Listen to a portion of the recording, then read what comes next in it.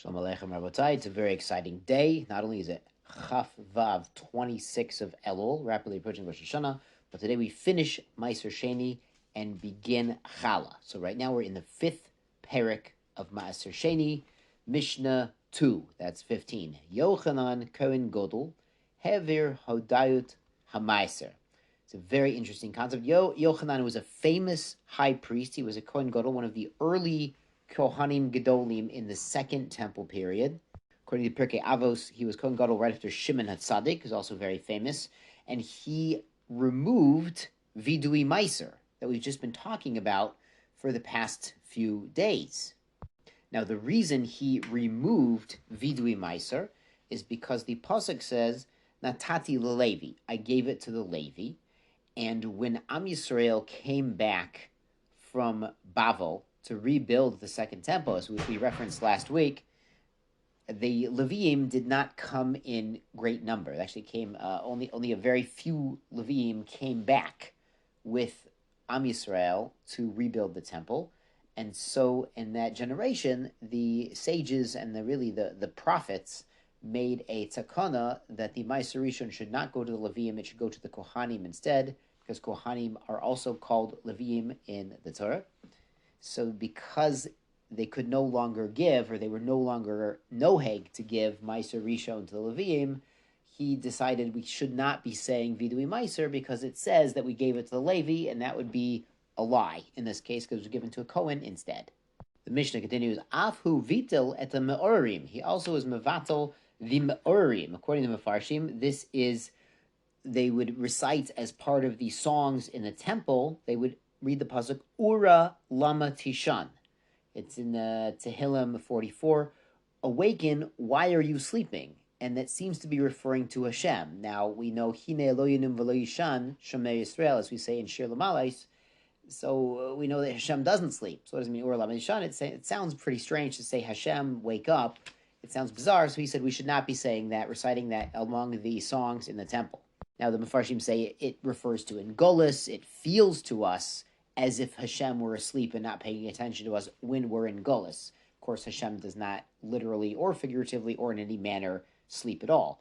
Ve'et ha-nokfim, and he also removed the nokfim. Nokif is the strikers. What they used to do was make a little cut in an animal's head, so blood in the temple before it was offered as a sacrifice. So blood would get in its eye, and it would be a little bit, off kilter and not able to resist them when they held it to do the shechita. So instead of doing this, which it looks a little like a mum, it doesn't look so great to do this. Yochanon Kohen Gadol said we should build these rings, which we've learned about in Midos. If you've learned about the layout of the temple, they had these rings that they would use to hold the animal's neck within the ring and do the shechita there, so they wouldn't have to hold it down while they're doing the shechita. Ve'ad yamav, the Mishnah continues, and until his days, hayapotish maki Yerushalayim, you'd hear hammers in Yerushalayim. So what's the problem? It was Chol Moed. Now we're not supposed to do work on Chol Moed unless it's Davar Aved or Ein Lo Malechol. So there's certain heterim for doing malach on Chol Moed. If it's something that will be forever lost or damaged permanently, or he doesn't have what to eat, then it would be permissible.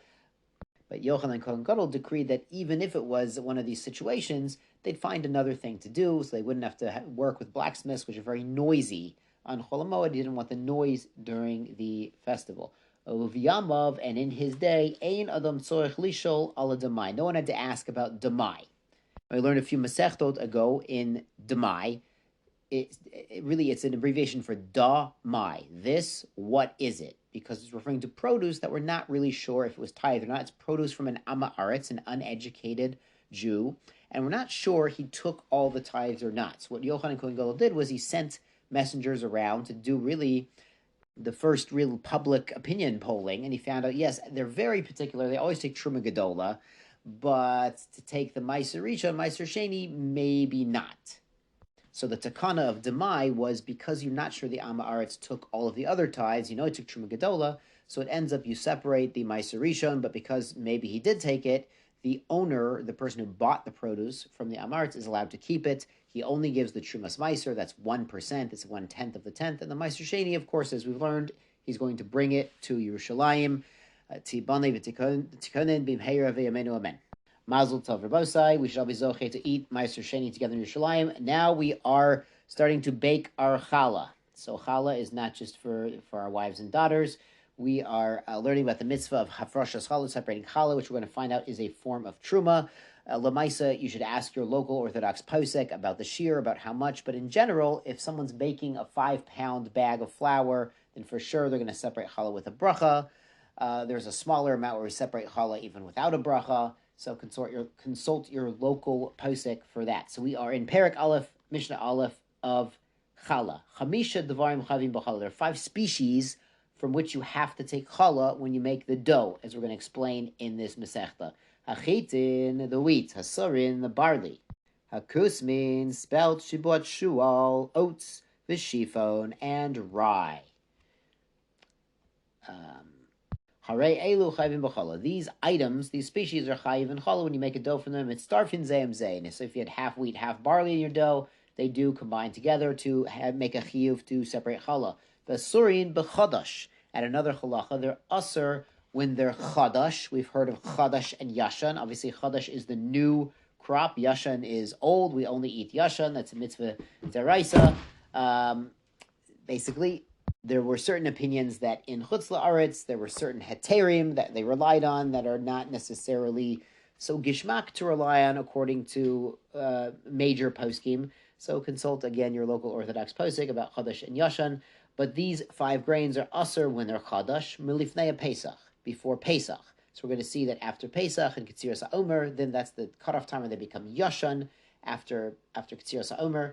Umeliksur milifnei Omer. You can't harvest them before the Omer, because Omer is called Reshit Ketzircha. The Psukim, when we read about Sfiras HaOmer, there's a Leshem Yichud sometimes, and we say that the Ketziras HaOmer, which was when we're having when in Golis people are having the second Seder of Pesach, then that's when they are in Yerushalayim cutting the barley for Ketziras HaOmer. So after that time, Ketzira harvesting of all of the grains is mutter, and the grains, as the Mishnah is going to explain, im chifrishu kodem l'omer, if they took root before the omer was brought, ha'omer matiran. So the bringing of the omer makes them mutter, makes them yashan.